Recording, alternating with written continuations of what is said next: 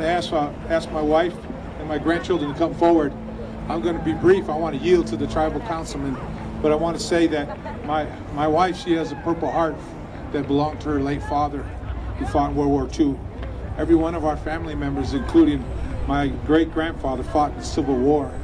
And the Oneidas, they fought on behalf of the colonies and saved George Washington at Valley Forge, or might have a different history to look at. All of our Indian people have fought on behalf of this country, just like we do today. I grew up in this movement, and that's what gives me this special energy as we stand here today, because this is what we stand for. But I'm not going to punch nobody. It comes from my heart.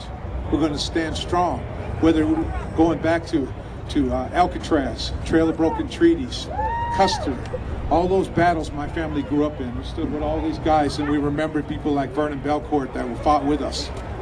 So as I stand with that energy today, our energy stands strong, but I want to yield to family. Today is about family, because that's what we're protecting. So at this time, I want to ask my family to come forward. I want to call on Brandon Yellowbird Stevens. He's an elected tribal official from the Oneida Nation in Wisconsin, and both my son and I are fresh off of our trip last week to Atlanta, Georgia for the National Congress of American Indians, the oldest and largest national organization in Indian history, and they have a strong voice for us in setting the table for this week. So everybody in Indian country stood strong with us last week and sending a message of energy to all of us here. So I have that message from you, from Mr. Brandon Stevens.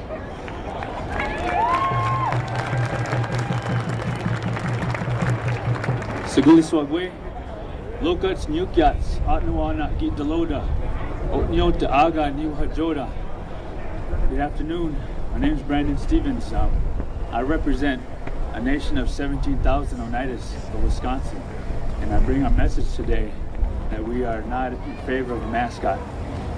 And I challenge Dan Snyder to come to Oneida and call me a redskin. I challenge him to come and learn the history of the Oneidas, how we helped them survive the cold winter to defeat the British. I challenge him to understand and educate himself about our treaties, of how this is our land and how it came to be. And I challenge him to say these things in front of my children. And I challenge him to listen and understand how our children are getting second-class education, how our children are being taught in our schools that they were the enemy. I challenge him to come and to be a part of our community. If he really believes that this means honor, he'll see what honor really means.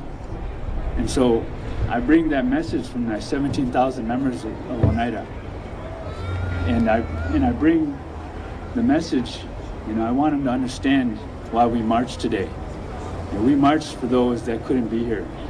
We march for those who have turned to alcohol and drugs because of cultural identity.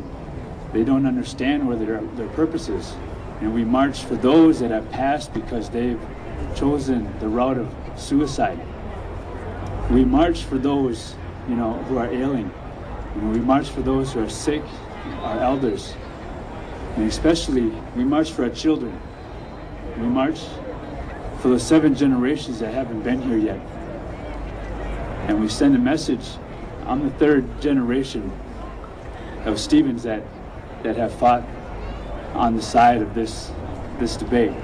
And I'll guarantee that these children, my children standing next to me, if this isn't dealt with by then, I'm damn well sure that they will be fighting for this as well.